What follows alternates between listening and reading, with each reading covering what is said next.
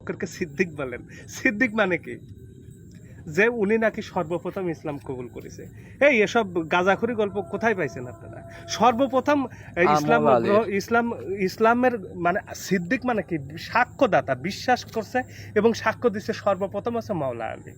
সে হচ্ছে যখন রাসূল সাল্লাল্লাহু আলাইহি সাল্লাম 40 বছরে যখন নবুয়ত প্রাপ্ত হয়, তখন এর আগে সবাই রাসূল সাল্লাল্লাহু আলাইহি সাল্লামের কাছে টাকা পয়সা অর্থ সম্পদ রাখছে না, জি আলামিন উপাধি দিছে না। জি তখন তো সবাই রাসূল সাল্লাল্লাহু আলাইহি সাল্লামকে মেনে নিছে না। কিন্তু যখনই বললো আমি নবী, আমাকে মানো তোমরা, তখন সবাই দৌড়, কেউ কাছে নাই, সবাই দৌড়ায় চলে পারলেন। এই যে ভণ্ড ভণ্ড ভণ্ড, কথা বোঝেন না? তো কিন্তু সেই সময় সবাই চলে গেলেও শেরে খোদা মুশকিল কুশা মাওলা আলী সেখান থেকে যায় নাই। কেন গেল না? কারণ মাওলা আলী তো জানে, কারণ রাসূল সাল্লাল্লাহু আলাইহি সাল্লাম এবং মাওলা আলী দুইজন একই রূপের দুই রূপ। তো তখন তিনি বলল, ইয়া রাসূলুল্লাহ, কেউ মানুক আর না মানুক, আপনার নবুয়ত আমি স্বীকার করে নিচ্ছি। সর্বপ্রথম নবুয়ত স্বীকার করে এবং দেখে বিশ্বাস করে হচ্ছে, এবং সেটা সাক্ষ্যদাতা হচ্ছে আপনার মাওলা আলী শেরে খোদা মুশকিল কুশা। আপনারা আবু বকর পেলেন কোথায়? এসব ভণ্ডামি ছাড়েন। ইসলাম সত্য, শান্তির জিনিস, অশান্তি ঢুকায়েন না। আপনাদের কাছে দুটো হাতে পায়ে জোর করে দুটো হাতে পায়ে ধরে আপনাদের কাছে মানে ভিক্ষা চাই যে ইসলামের ভিতরে আপনারা কোনো গরল বা এইসব জিনিস মিশায়েন না, কারণ এগুলো খুব খারাপ লাগে। আবু বকর সিদ্দিক, আবার কেউ বলতেছে যে সে যত নামাজ রোজা পড়িছে তার ইবাদতের সমান কারোর ইবাদত হয় না। সে কত বছর বয়সে নিছে, ইসলাম গ্রহণ করছে রাসূলের হাতে হাত দিয়ে। ইতিহাস জানেন না কিছু না, আন্দাজে একজনের কাছে সিদ্দিকে আকবর বানা দেন আবু বকর সিদ্দিক। এইসব জিনিস ছাড়েন, এইসব ভাওতাবাজি ছাড়েন, কারণ প্রথম সিদ্দিক আকবর হচ্ছে শেরে খোদা মাওলা আলী মুশকিল কুশা। আপনারা আবু বকর সিদ্দিক বানাই দিয়েছেন। এগুলি আসলে বিশাল বড় ভণ্ডামি। আর এইগুলি আসলে আমাদের মতো সাধারণ মানুষের দোষ না। দোষ কাদের? এই যে আব্দুল ওয়াহাব নজদি, আবুল আলা মদুদি, নাসির উদ্দিন আলবানি, বাদশাহ সৌদ, আব্দুল আজিজ ইবনে সৌদ, এরা এইসব গরমিলগুলো করছে। কিংবা এই যে আরো সুন্দর প্রত্যেকটা সদস্যর মাজারও এনারাই ভাঙছে, এইসব মাজারগুলো ভাঙছে। এবং যারাই যে এই যে তৌহিদ ইসলাম, এটা প্রতিষ্ঠাতা করে হচ্ছে আপনার জামাত ইসলামের যে প্রতিষ্ঠাতা আবুল আলা মদুদি, এই 1940 সালে, কয়দিন আগে, কিছুদিন আগে। তো নতুনত্ব যেটা সেটা বেদাত না, তা আপনি সেটা গ্রহণ করবেন কেন? ইসলামের দল করাই নিষেধ। ইসলামের দল পাইলেন কোথায়? ইসলামের দলে আমরা অমুক দল ওয়াহাবি ও অমুক সালাফি তৌহিদি এই কওমি, এই 1940 সালে আবুল আলা মদুদি। আর একটা দেখেন, এই 1940 সালের পরে, এক বছর পরে 1941 সালে তাবলিগ জামাতের প্রতিষ্ঠাতা ইলিয়াস সাহেব, ইনি হচ্ছে এই দিল্লির নিজামুদ্দিনে হচ্ছে সর্বপ্রথম এই তাবলিগ জামাত প্রতিষ্ঠা করে। এক বছর আগ এই দুটো জিনিস প্রতিষ্ঠিত হলো, তাবলিগ জামাত আর জামাতে ইসলাম। তা আসলে কি বলবো, এই যে নতুনত্ব যে জিনিস সেটাই তো বেদাত।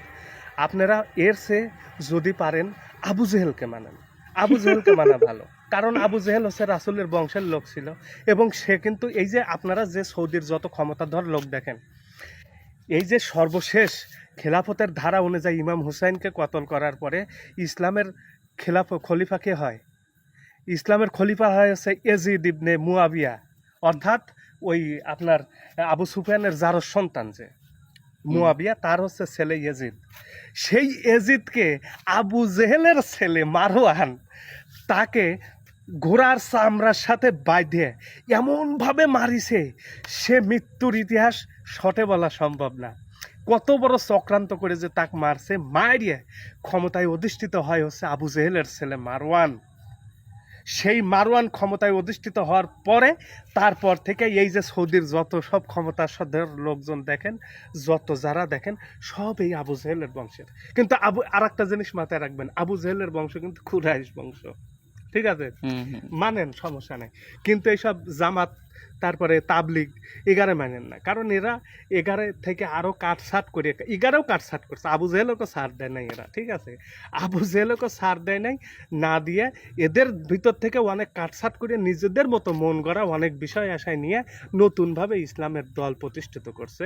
এই তাবলিগ জামাত, জামাতে ইসলাম, সালাফি। এই যে সালাফিদের সর্দার যিনি ছিল, উনি কিন্তু নাসির উদ্দিন আলবানি, কথা বুঝলেন? আহলে হাদিসদের যে উৎপত্তিদাতা। কিন্তু এদের কিন্তু কোরআনে তো ডাইরেক্ট দিয়ে থুইছে যে দলই করা যাবে না, না, নিষেধ, দল করাই তো যাবে না। একবারে নিষেধ। কিন্তু এখন দল কত হইছে, দল অগুনতে। অনেক অনেক। আর আপনারা হচ্ছে আচ্ছা, আজ পর্যন্ত আবু বকর সিদ্দিক বা হচ্ছে এই ওমর ফারুক রাদিয়াল্লাহু তাআলা আনহু আপনারা বলেন, তারপরে হচ্ছে এই এদের বংশের কাউকে খুঁজে পান কখনো? না না হ্যাঁ, পাইছেন? না। পাবেনও না, এদের নির্বংশ হয়ে যাবে। কথা বুঝলেন? কিন্তু সঠিক ইসলামের যে ভিত্তি, যেখান থেকে উৎপত্তি, মওলাইয়ার যেখান থেকে আসলো, রিসালাতের উৎপত্তি যেখান থেকে, বেলায়াতের মাধ্যমে রিসালাতের যে বিশেষ ধারাবাহিকতাটা বজায় রাখলো, সেই জিনিসটাই হচ্ছে মওলা আলী কারিমাল্লাহু আজ তার হাতে। তা আপনারা ইসলাম পাবেন কোথায়? সত্য ইসলাম যদি পেতে হয় তাহলে সেই গোড়াতে পৌঁছাইতে হবে, আমার জানতে হবে, বুঝতে হবে। আমরা তো কানা না, এখন বর্তমান যুগ হচ্ছে ইন্টারনেটের যুগ। ইন্টারনেটের যুগ না, হুম। আপনার যে কোনো বিষয় জানার ইচ্ছা থাকলে আপনি নেটে সার্চ দেন, দেখেন আসলে সত্যটা কি। আপনি 1941 সালে তাবলিগ জামাত প্রতিষ্ঠিত হয়েছে, আর আপনাদের ওরা এমনভাবে ব্রেন ওয়াশ করছে, সেই ব্রেন ওয়াশে আপনারা মুগ্ধ হয়ে আরে জান্নাতে যাব, স্বর্গে যাব, কি আরাম আয়েশে থাকবো। স্বর্গে একটা মানুষ যাবে এরকম আয়াত কোরআনে কোথাও নাই যে ইনসান স্বর্গে যাবে, জান্নাতে যাবে, মানুষের জন্য জান্নাত প্রস্তুত করেছে, এরকম আইন একটাও নাই। আপনি পরিষ্কারভাবে সূরা ফজরটা দেখেন না, লাস্টে কি বলতেছে, ইয়া আইয়ুহাতুন নাফসুল মুতমাইন্না ইরজিলা রাব্বিকা মাতাম ফারদিয়া ফাদখুলি ফি ইবাদি ওয়াদখুলি জান্নাতি। আরবি বলেছি, ভুল হবে পারে, হবেই, কারণ আমি বাঙালি। আমি আরবি কেন বলতে যাব, এর বাংলা অর্থটা বলি, যে হে প্রশান্তময় আত্মা, কাকে বলতেছে এখানে? নাস বলছে, না। ইনসান বলছে, কাকে বলছে? আত্মাকে নফসকে বলছে। প্রশান্ত তাও আবার কোন নফস? প্রশান্তময় নফস। কোরআনে নফসকে চারটে নামে ডাকা হচ্ছে। নফসে মুলহেমা, নফসে আম্বারা, তারপরে হচ্ছে নফসে মুতমাইন্না, আর একটা হচ্ছে নফসে লাউহেমা। তো এই যে মুতমাইন্না হচ্ছে উচ্চ স্তরের নফস। এই নফসটা একমাত্র, এই নফসটা যাবে হচ্ছে জান্নাতে। এর ব্যতীত এই তিনটে যে আরো নফস আছে, এই নফসগুলোও জান্নাতে যাবে না। নফস হলো প্রাণ, আমার ভিতরের যে বিষয়বস্তু, যে আমাকে কথা বলায়, সে সে যাবে জান্নাতে। আমার হাত পা চোখ নাক কান কেউ জান্নাতে যাওয়ার অধিকার রাখে না, সম্ভবই না। এই যে কিছুদিন আগে এক হুজুরের কাছ থেকে শুনলাম, সে ওয়াজে বলতেছে যে দাউদ আল্লাহ সাল্লাম না মুসা আল্লাহ সাল্লাম না কোন একটা নবী, সে নাকি ওই আজরাইলকে বলছে, আজরাইল তুমি আমাকে একটু যদি স্বর্গটা দেখাইতে, তার সাথে খুব বন্ধুত্ব ছিল। পরে হচ্ছে স্বর্গে গেছে, তখন হচ্ছে জুতা পায়ে দিয়ে নাকি স্বর্গে চলে গেছে। এখন জুতা পায়ে দিয়ে স্বর্গে গেছে, ঠিক আছে, ভালো কথা, জান্নাতে গেছে জুতা পায়ে দিয়ে। পরে এখন আজরাইল বলে যে তুমি আসো, আমি তোমাকে আবার নিয়ে যাই। বলতেছে যে জায়গায় আসার জন্যে আমরা এত কষ্ট করি, সেই জায়গায় যখন চলে আসছে আমি আর যাবো না। এই যে দেখেন কি সুন্দর ভানুয়াট একটা গল্প, যেটা আচ্ছা, কোনো নবীর প্রমাণ নাই, সময়কালে কিছু কি নাই। জুতো ছিল? আচ্ছা, জুতা না হয় আসছিল, চামড়া দিয়ে বানায়, নাহলে গাছের ছাল বাকল দিয়ে বানায়, জুতা মুতা আসছিল, বানাইছে, ঠিক আছে, সেই জুতাই পরেছে, সেই জুতা পায়ে দিয়ে জান্নাতে গেছে। কিন্তু এটা কি কোনো কোরআনের আয়াত? বলেন, এটা হচ্ছে বানোয়াট মানুষের কথা। মুখের গল্প, গাল গল্প।